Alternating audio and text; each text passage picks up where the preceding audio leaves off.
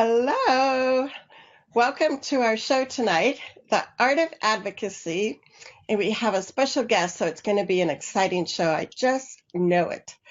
What we're going to be talking about tonight is how you can walk into that next IEP meeting with your shoulders back, your head held high, and just so confident that you're going to rock this IEP meeting. So tonight our guest is going to be sharing with us some really concrete tips that you can walk away with at the end of our show and make a huge difference with how you feel when you go to that next school meeting. So if this is your first show with us, I'm Charmaine Thaner. I'm a parent and advocate, a retired teacher, and author of a #1 best-selling book, The Art of Advocacy, A Parent's Guide to a Collaborative IEP Process. So I said we have a wonderful guest tonight. Her name is Molly Mahoney, and she lives in Orange County, California. And I wanted to ask Molly, because I've heard rumors that she might be applying to be the next housewife of Orange County. So when she talks tonight, we got to make sure we nail her down on that. It'll be breaking news for all of us. But just to give you a little bit of background about Molly, she is a wonderful mama to two darling young boys. She has a great husband that's also involved in her musical life. She's been a musical theater performer for a number of years. So she's going to be sharing with us how we can look at what performers learn and use to be confident for auditions and performances, and how we can apply that to parents and when we have to go to those school meetings that sometimes can be overwhelming. So not only does Molly make an awesome quesadilla, but she's also going to share with us some other awesome bits about herself. So welcome, Molly. What would you like to share with us? Any more kind of introduction for us? Yay, that sounds amazing. I'm just really, really excited to be here. Thank you so much for that great introduction. And yeah, right now my business is mainly focused on being a camera confidence coach. So I help people to use Facebook Live. But as I kind of shared with you earlier, that really at the core of what I offer is helping people to be more confident, to, I like to say, to unlock their inner awesome and elevate it so that they can share their goodness with the world. And that's something that's so applicable to all aspects of life. So right now, even though I'm focused on mainly coaching business owners, I actually help people of all ages just to make sure that they're living a life of confidence, a life of joy, a life of clarity, and so that they can create, a life intentionally. And so much of this, especially being a parent, there's so many moments where we're like, what the heck are we going to do now? Right? All the time we're hit with just things out of left field that you would never expect were going to happen. And so I'm super excited to apply these techniques to the life of a parent with you. I think what you do is so powerful and so valuable. So thank you. Well, I'm super glad. I was in a recent 5-day confidence or camera confidence challenge with Molly, and the tips that she shared, I guess I constantly look at what I learn and how that can be applied back to the parents that I help advocate for their kids. And so one of the things that Molly talked about in our class was recognizing the awesomeness that we have as parents. And as an advocate, I often talk about recognizing your kids' gifts and how teachers can build on their strengths at school. But I think one of the things that I hardly ever talk about that's really equally important is how you as a mom or dad can tap into that awesomeness that you have. So Molly has some, specific kinds of things that you can think about sometimes that help you make that list of all your awesome gifts. So that is like hitting the nail on the head, right? And this is something that working with performers for over 15 years that I realized that everyone, no matter how successful they are, whether they are performing on the stage or whether they are performing like at a first date, right? Because that has that the nerves are still there. There's so many things that happen to us on a day-to-day basis as humans where we really are, like Shakespeare said, performing, right? All the world really is a stage. So the thing that I realized as a performer myself, I was in New York for many years, and then working as a coach, is that if you don't really tap into what it is that makes you uniquely you, you are done for. And this is the same thing with parents walking into meetings like this, because you also need to connect as a human being.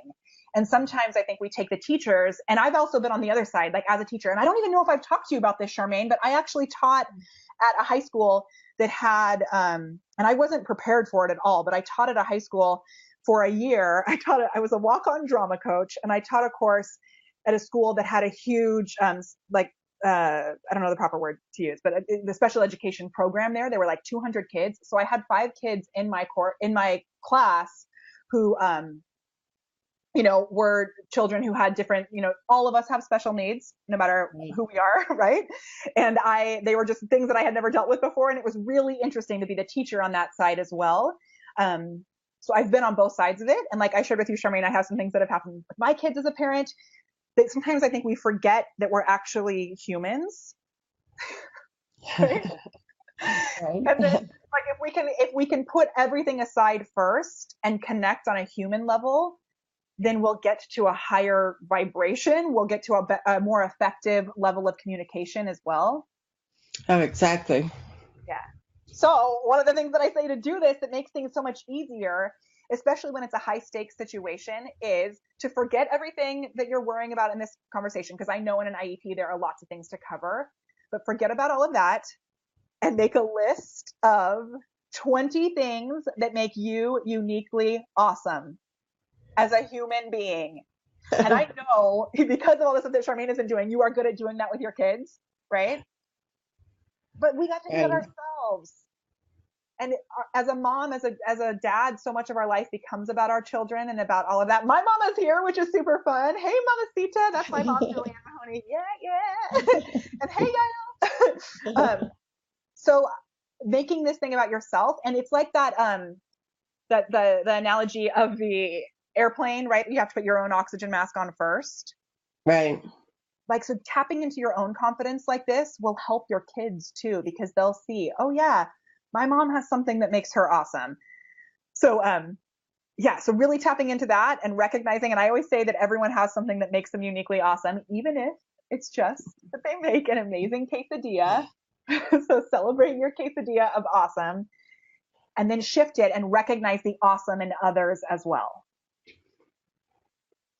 Yeah, and I think that's huge. I think, so what might be helpful for parents is maybe for us to give them a couple examples. Like I know when I was making my list of things that, made me awesome, one of the things that I had written down is actually something that Molly and I have in common is being a fiber artist.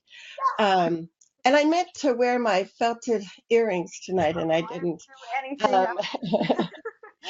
But, to look at other kinds of parts of your life. And so many times I think when we become parents, we forget about those other parts that are, that help us be alive and energetic.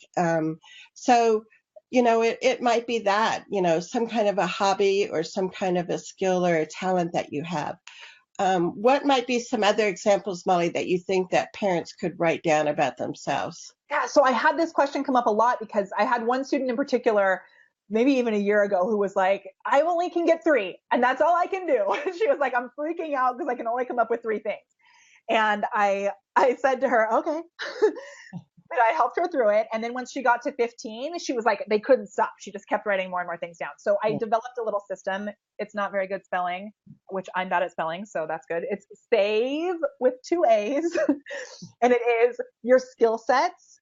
So like you're great with spreadsheets and you love spreadsheets. Amazing. Write that down. Like some of the things that you think are weird or just innate for you, write those down. So your skill sets, knitting, crocheting, whatever. Your appearance. And this we're going to come back to it later as well, because when you walk into a room, your appearance is the first thing that hits people. And if you're not confident about yourself physically, if you can't find anything about yourself physically to be confident about, it can change everything in you. Like your whole being, your energy will drop, right? So it's about celebrating those things that you do love about yourself appearance wise. Activities that you love, like hiking, knitting, that kind of stuff could fit in there, dancing. Values. Your values are super important. So as a business owner, I talk about this a lot too, like your brand values, but as a human being, it's important. And it's an awesome way to be able to connect with people. So your values, and then things you like to eat, because it's always such a great conversation starter. And if you can share those things with a teacher and then find out little things about the teacher from them as well, it's an awesome way to start building that connection so you can be working together toward a better education for your child. Oh, exactly. I always say that the 3 R's of advocacy are relationships, relationships, relationships. So that's, I mean, because so many times when parents call me, it's because communication is broken down and relationships are broken, that trust. So I think, looking at not only the gifts that we have as a parent and the strengths, but also to recognize and honor the strengths that the teachers and the staff have, so we can find that common ground and bond with each other. Yeah, it's huge, huge. Yeah, huge. So you had mentioned a little bit as far as dress, and I know that's something, I think I learned from another advocate, and she had always advised parents to think about going to an IEP meeting, going to a meeting at school as a business meeting, and how you need to be prepared, not only like in your mind and spirit, but also just your appearance. So do you want to chat about that for a minute? I would love to, because I think this is something that can not only be applicable in, oh my gosh, I didn't even think about this, Charmaine. Do you know I have a book about all of this? Like a real book? I know, I bought it and I thought, why doesn't Molly talk about her book some more? I bought the Kindle version. I can help you make that be a bestseller. We got to get on that. Oh, it was a bestseller. Well, we can bring it back. Let's bring it back. I love it. Yes. Oh my gosh. Okay. So the book would be so valuable for this, what we're talking about right now, because it is about applying all of these things, what it takes to be a performer into your everyday life. Like, not necessarily about business, not necessarily about being a mom, but really just living a life of clarity, confidence, and joy. And so one of the things I talk about in my book, and also just in life, is the idea of wearing like you care. And that doesn't necessarily mean that you're going to walk into it like a business meeting, because some people might associate a business meeting means that they need to go out and buy a suit and they need to, put on something that's like very presentable and whatever. And for some people, that might actually make you feel more uncomfortable. So you want to be intentional, pay attention to who your audience is, and think about the objective. Like, what is the point of you going to this meeting? A lot of times I think people come into meetings or situations like this just like either freaked out. Like, I know there's one time that I had a situation like this at my son's preschool, where he's only 2.5, but they said that he was having a moment where he was, she said it was like he was having a little anxiety attack, and he was pulling his fingers like this, and that he was pulling his hair anytime any kids would get near him. And I honestly went into attack mode, because I was so unprepared for how to handle a conversation like that. And from that, the side of, in the moment of the teacher coming to me and talking about it, she didn't have a plan either. She was like, have you noticed this? And I said, no. And she said, you know what? So I just wanted to, like, what should we do? I was like, you're the teacher. I don't know. You tell me what to do. But I was so thrown off guard, and it was presented in such a heavy way. But really, if you live your life in congruency with, like the type of energy that you want to be putting out there, and you're prepared, like for an IEP meeting, at least you know this is happening, right? So you know what your objective is. And your objective, I'm guessing, is really to find the best plan for your child so they can be the most successful as them, right? Exactly. So if you feel comfortable walking into a room with a shirt that's torn and says cuss words on it, that might be awesome, but think about your audience. And is that going to set you up to have the most effective conversation? Probably not. So it's like a really awesome combination of feeling really confident and wearing things that make you feel amazing, and also that are effective. So when you walk into that room right away, that teacher knows that your objective is to be, to come to a great solution. Right. Yeah. Well, and I want to say, Julianne is on with us. So is that your mom? That's my mama. She All said, right, Mamacita. So can you see her comment? yeah, She's talking about her veggie soup. she said she made a veggie soup by first sauteing the veggies in a whole stick of butter, organic and unsalted. I love it. That's a good quesadilla of awesome, mama. Cute. Have fun. So yeah, so I think even it might sound like a little thing, but those things can really also make that connection with other people. I mean, you that whole 6 degrees of separation. I mean, I think it's really helpful before parents go to meetings to have more informal conversations with teachers and just get to know each other as a person. um, and as a former teacher, I know when I knew and I had more of a connection with the family, it just gave me that little extra boost to make sure that their child was doing well. So building that True. confident relationship. That like gave me goosebumps, Charmaine. It seems so silly, but like I really just value connection and value like the ability to, I mean, connection and the ability to connect is what I was going to say, but like, the ability to recognize the human in others. And the more that we can even just smiling or just taking a moment instead of at the end of the day running up and grabbing your kid and running home and just taking a moment to breathe and to check in with the teacher also and recognize that they're on the same team. Right. Awesome. I love it. Oh, I know. And I think that just makes it so different because otherwise you get into that conference room when you're having an IEP meeting, and sometimes it just having that rectangle table sets you up as, us versus them kind of thing. So maybe we need more round tables. We need a campaign for round tables at school. It's the same thing as an audition though, because at an audition you're standing there with a rectangular table and people sitting on the other side, and in your mind the whole point of this is for them to judge you. Like when you walk into that room, that is the idea, is that they are there to judge you. But that's not the case. Like they are there they want it to be the best, most successful meeting as well. So Right. Yeah, so that's like a huge difference. So I know you have and a lot of this, like you said, is in your book. So tell us the title, and after the show, I'll make sure I put the link for Amazon. I can actually put the link right now. I didn't even think about it. Good. That's okay. So Oh yeah. yeah, it's called Performance Power, which is awesome. And it's really about just having more clarity, confidence, and joy in your life. It's a super short read. I've had like lawyers tell me that it was amazing. Other parents, a lot of people have told me that it's just been super powerful as a way to shift your mind so that you have more energy, more motivation, like all of the stuff that it takes as a performer to live this crazy life. There's so much of it, and so much of it is applicable to everyday life as a human, as a parent. When we're hit with things, it's like, and you really, the whole idea of being a prepared performer is that you've done this prep work ahead of time so that when you're thrown something out of left field, you know how to handle it. So it's not how you fall, it's how you get up, right? And this foundational work that you can do with confidence, with understanding the things that your child is going through, understanding your child's needs. And that's kind of like your script almost. You wouldn't do a show without knowing the script, but you've got to get all of the information in place before you go into these situations so that you are educated and prepared, right?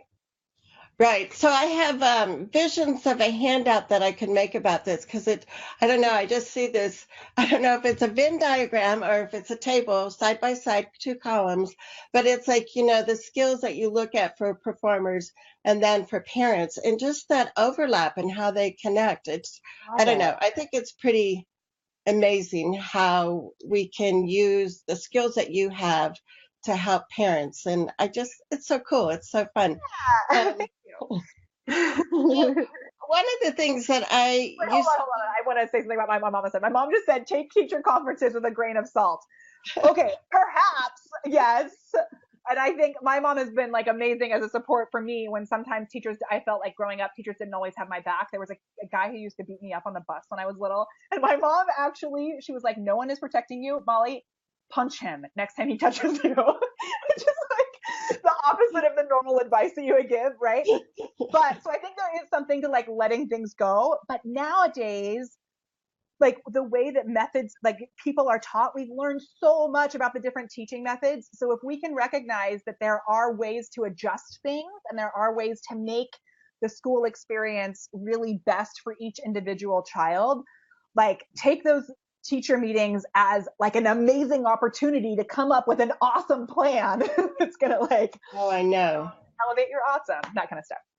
Well, and that's why I just really love brainstorming. And I think if parents and teachers can sit down at that prep meeting before the official meeting and just have time to chit chat and like, have a cup of coffee or tea together and just, yeah, just open up the possibilities and do brainstorming. I really think that you get great ideas in that kind of environment versus in this formal meeting setting. Um, and one of the things that I was going to say that I know in your camera confidence class, you talk about the breathing exercises that you can do. And as a teacher, I would try to help my students. I would say, breathe in like you're smelling a flower, so they would take a deep breath in and then blow it out like you're blowing out your birthday candle, and so that visual would help my kids. Like, and I mean, I use that as an adult. It's like, smell the flower, blow out the candle. But I know you have some specific techniques that might help parents. So before they even, get out of their car and walk into the building, what might be some breathing things that they could do that would help? That's one of my favorite things to do. And actually, one of my vocal coaches is offering, Charmaine, I'll have to send you this afterwards, but he's offering an entire day of breathing training this month because he was like, I just think we're at a place where we're all kind of at each other's throats in this country. And he was like, there is nothing more important than just breathing. So it's like an open donation only course solely on breath, which is so awesome. So we could talk about this for hours, but the biggest thing that I can share is most people, when you tell them to take a deep breath, you didn't do this, which is awesome. So maybe I like it. But a lot of people, when you tell them to take a deep breath, they do this. Are you ready? They go like this. And they breathe way up in their shoulders. And this is not effective, right? It just adds tension. So as a singer, I have learned all of this. And as an actor also, like so much of this is about the fact that we are one solid being. We're not just our brain. We're not just our hands. We're not just, these segmented parts. We're all connected. And our breath goes through our entire body. So, if you can imagine that your diaphragm is dropping down, right? And that my husband's leaving for a gig. Bye. Sorry. Your diaphragm is dropping down and your whole belly, your whole back, everything needs to balloon out really low. And then instead of blowing out a candle, which is awesome, I love that analogy, but this actually is a way to physically to slow your breath down. So let's do it together. We're going to hiss on the way out. So put one hand on your belly. And as you hiss on the way out, you'll notice that your stomach gets a little tight. So we're going to breathe in really, really low. Breathe it all out first. And now breathe in really low. And now hiss.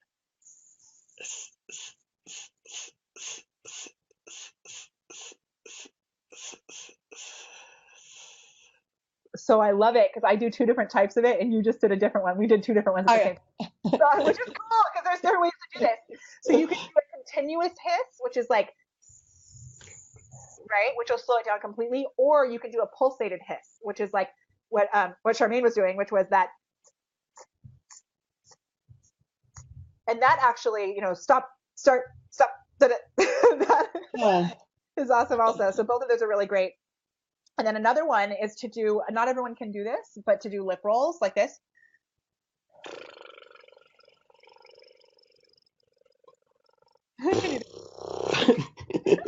Yeah, and it's actually even better to do it on sound. So put your hand on this, I'm going to get a little connected. So this, like our voice, our sound is also another way that we communicate and that people take information from us.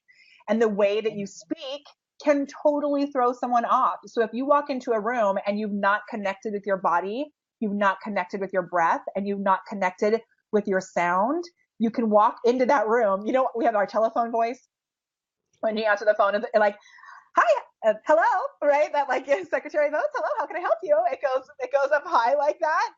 Huh. Or it's the same thing if we're nervous or if we're anxious, our vocal cords can get all crazy and we can be like, well, I just want to talk to you about this thing. And if you come at a conversation like that, that people are going to be like, whoa, what are you doing?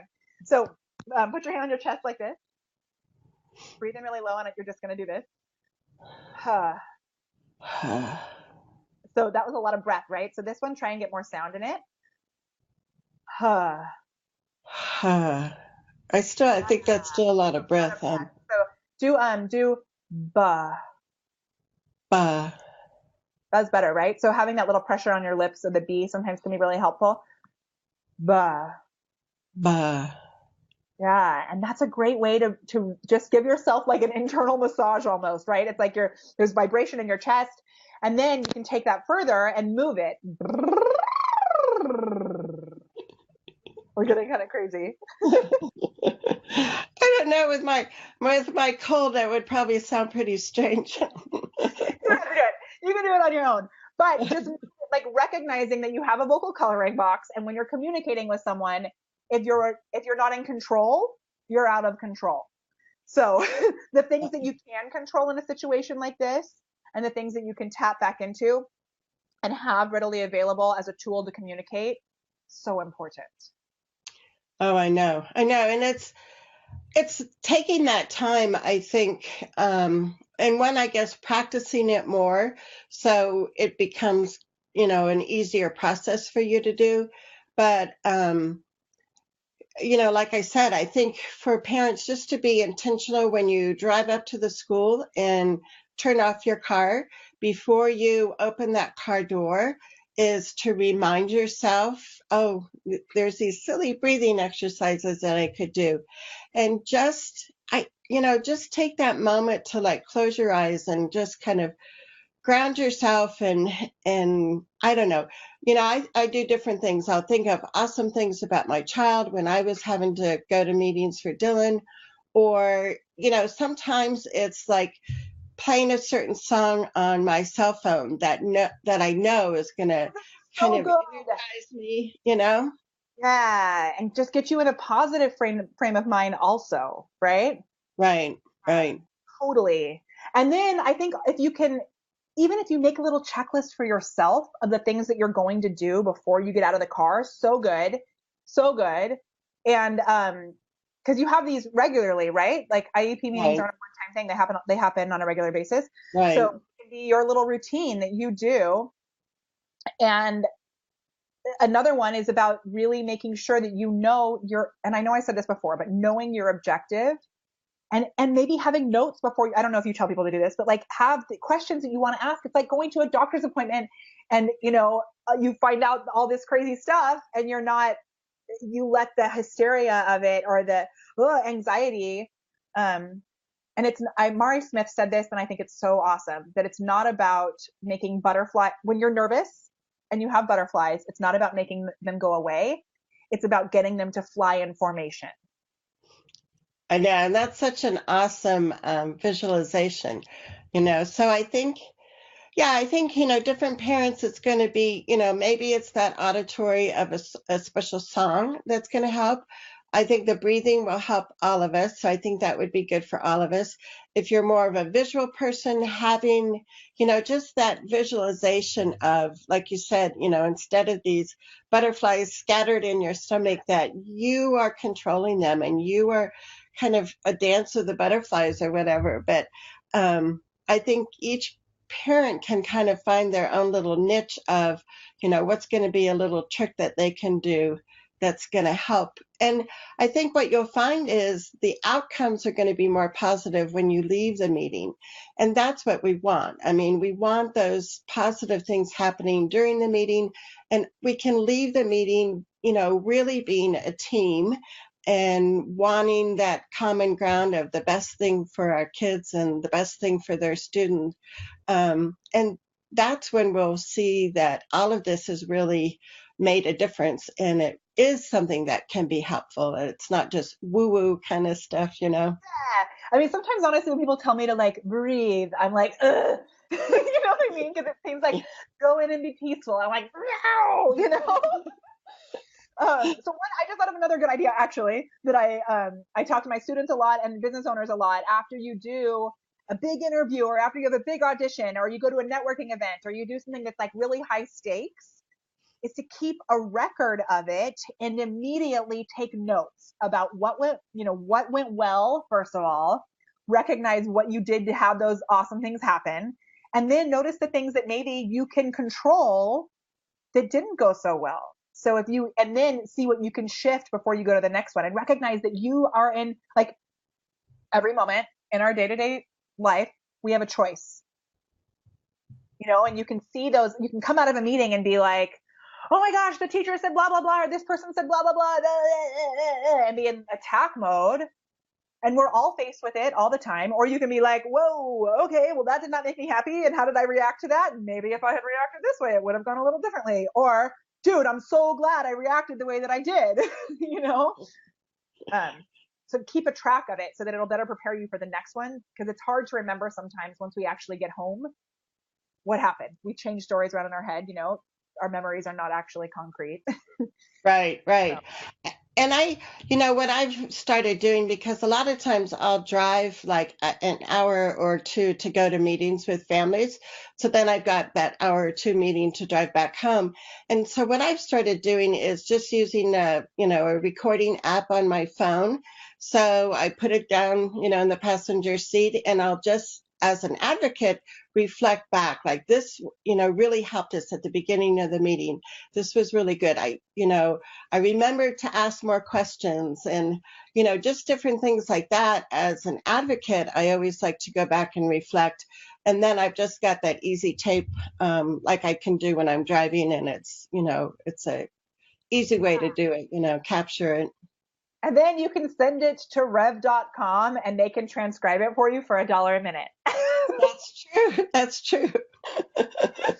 Yes, I know. But then I'd have the transcription of some of the things I said that weren't very good, and my lessons I have to learn for the next time. But yeah, I think that's true. That's going to make a difference for the next time you have a meeting with the school. Or also, there's so many parents that are connected with other parents on like Facebook groups. And so sharing these ideas that you're getting tonight from Molly, and if you're not here with us live, but if you're watching the replay, these tips would be great for you to share in other Facebook groups, because that's where that spreading and that connection, happens so many times with parents. So I really encourage people to, not keep these good tips to yourself, but to share with other parents that you know. Yeah, totally. And I was just talking to somebody about today, I mentioned to Charmaine that, like, yes, I teach people how to speak on camera and how to perform and stuff like that, but really that's just the way to be able to help people be more confident and to help spread joy and make, a happier environment for all of us. And so, yes, these are great strategies for dealing, being more prepared and having a more productive, awesome IEP meeting, but really they're also just really awesome tips for everyday life.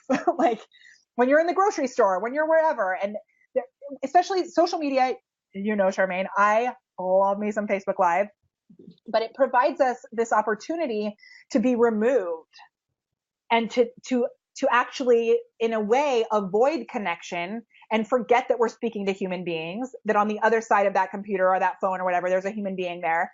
And so sometimes we forget to connect as real people. So as I think it's also, like, on a global spectrum, it's important just to make these little connections as much as we can so that we reconnect with humanity. Oh, I know. I mean, I was thinking of that tonight. It's like, I love Amazon, and I order a lot of things from Amazon. Like every day, it's like, oh, I can order something else. Prime time, yes. But I was thinking, it's like, so I don't go to the office supply store hardly anymore. I order my ink for my computer and my paper for my printer online.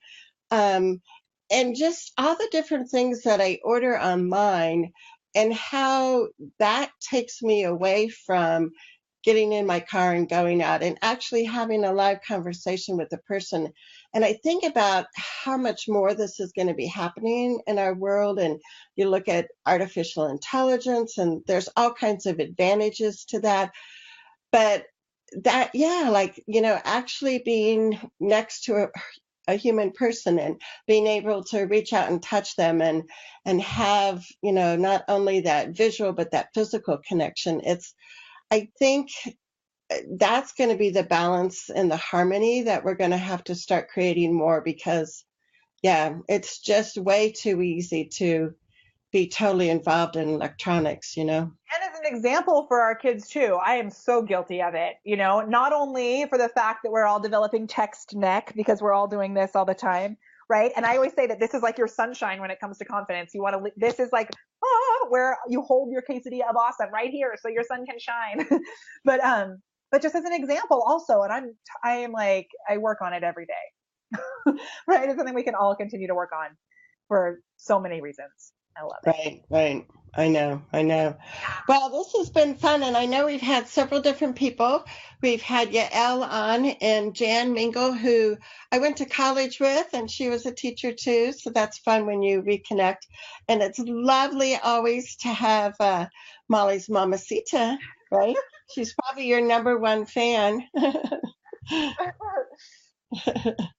Awesome. So, I just want to remind people that if they weren't able to catch it live, tell your friends that it will be up as a replay. I also post them probably tonight or tomorrow on my YouTube channel, Collaborative Special Education Advocacy. So that's another way that you can track down the video. But I just want to thank Molly, because she's an enormously busy mom, like all of us, right? But for her to take her time out and to join us tonight has been really special. But Molly, you didn't answer the question. Are you trying out for the next housewife of Orange County? Come on, tell us. We want to know. I will give you a very definitive answer. Heck no. So moving back to Orange County has been, because I grew up here, but like moving back here has been something for me that, after living in New York and living in Wisconsin and living in Vegas, I lived in Vegas for a little while. I lived on cruise ships. Moving back here, I definitely had, like, people have that stigma of Orange County as, and that's what it is. And I've had to work a lot with myself on two things. One is on not being like, that's not who I am. And also not being like, to people who might fit more into that, style or whatever spectrum. That I have many friends who might be interested in being on Housewives of Orange County. And I have many friends who would be like running for the hills. And I think as much as I can connect with as many people here in Orange County from all different, spaces and places, the better. I'll let you know if I do. I know. Well, I just really appreciate your time. And I don't know if there's anything else in closing that you'd like to share with the parents. And I want to make sure we've got your Amazon link. I'll make sure that's in there. The Amazon link for that book is thepreparedperformer.com. Thepreparedperformer.com/book. Oh, cool. Okay. That's an easy one. Yeah, The Prepared Performer. And so it's just /book. And if there's anyone who would like more motivation, more free support, that kind of stuff, you can head over and like my Facebook page, which would be awesome. It's just Molly Mahoney, The Prepared Performer. I do live videos intentionally on my Facebook page 4 times a week. And I also have a private Facebook group if you want to join us there and just get some motivation and confidence tips, because I've got it coming at you all the time. I know. I love your energy. So thank you for being here tonight. And remember that this is an awesome way for you to tap into your own awesomeness as a parent, and to remember that the staff and the teachers that work with your kids also have gifts. So for us to be grateful for the positive things that are happening for our kids in schools, and to remember that we always want to keep advocating also to make sure that they get the education that they deserve. So thanks for being with us tonight. Next week, I'll have more of a teaching video, and we'll follow up with some ideas from Molly, and we'll talk some more specifics. So I hope you can join us next Thursday night at 7 o'clock Mountain Time. And Molly, thank you for being here. Thanks to everybody. Take care. Bye-bye.